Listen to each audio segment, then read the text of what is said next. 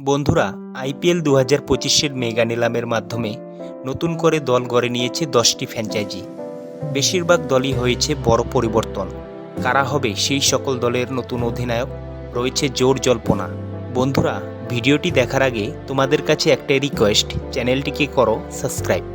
Chennai super kings MS Dhoni ছেড়ে দেওয়ার আসনে গতবার থেকেই দায়িত্ব সামলাচ্ছেন তরুণ ঋতুরাজ গাইকোয়াড়।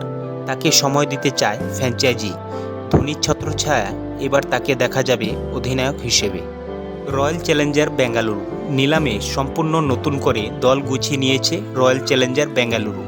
এবার আরসিবি দলে বিরাট কোহলি ছাড়া খুব একটা বড় নাম নেই, তাই ফের আরসিবির নেতা হতে পারে বিরাট কোহলি। লখনৌ সুপার জায়ান্টস রাহুল লখনৌ ছাড়ার পর অনেকেই মনে করেছিল রিটেন হওয়া নিকোলাস পুরান এবার লখনৌর অধিনায়ক হবেন। তবে নিলামে ঋষভ পন্তকে 27 কোটি দিয়ে কেনেন সঞ্জীব গোয়েঙ্কা, ফলে এখন পন্তেই এগিয়ে লখনৌর অধিনায়ক হিসেবে।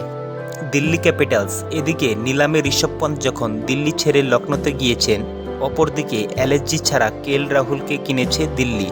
ইতিমধ্যেই দিল্লি রাহুলকে যোগ্য সম্মান দেবে বলে জানিয়েছেন, ফলে দিল্লির অধিনায়ক হতে পারে রাহুল।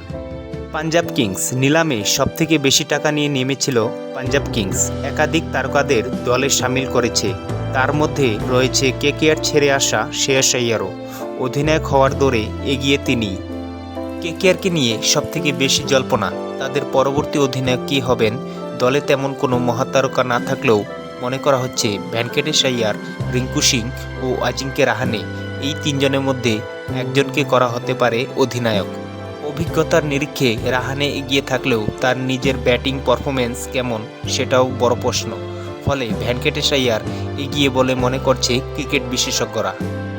বন্ধুরা, ভিডিওটি ভালো লেগে থাকলে অবশ্যই লাইক।